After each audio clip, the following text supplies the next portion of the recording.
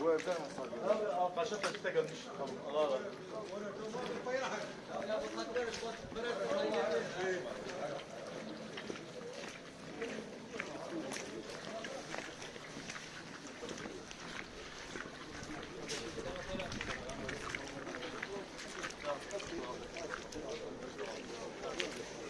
Bağlayma hatını inşallah.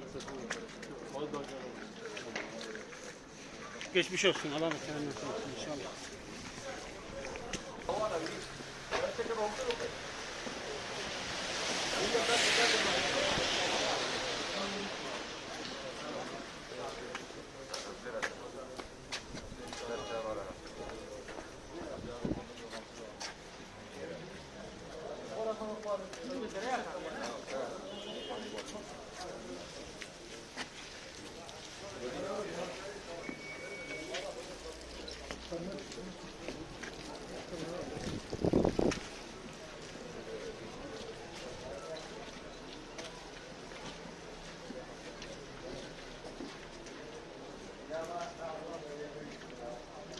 Saram oldu.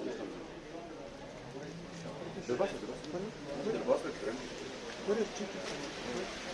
Dur.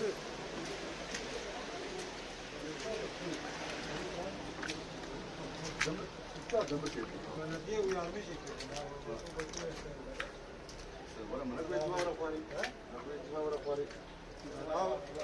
Afat olan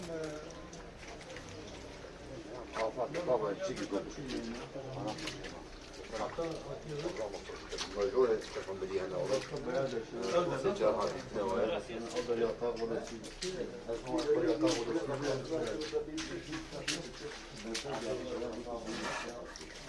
nedir abi ne yasağı mı oluyor? Sonra yasak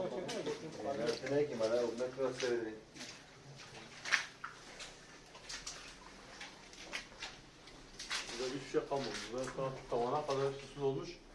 Komple gitmiş yani. Ya evde bir şey yok abi. Ev.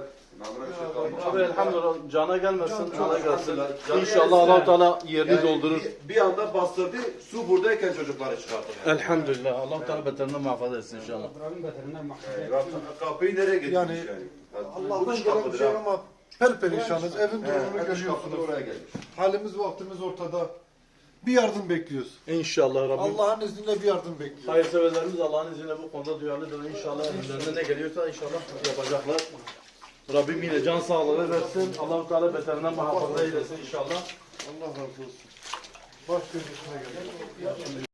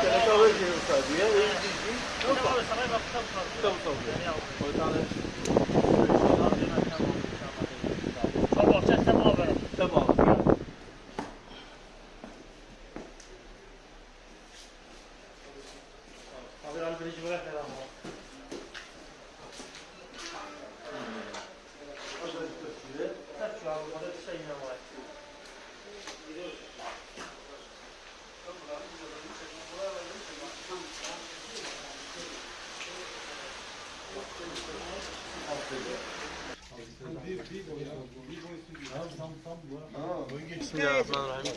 Batmanımız kervanı olarak Batmanımızda maalesef dün bir felaket yaşandı, sel yaşandı. Bu selden dolayı hayatını kaybeden ailelerimiz var. Şu anda olay yeri, sabahtan beri olay yerindeyiz. Görünenin çok üstünde bir afet var burada.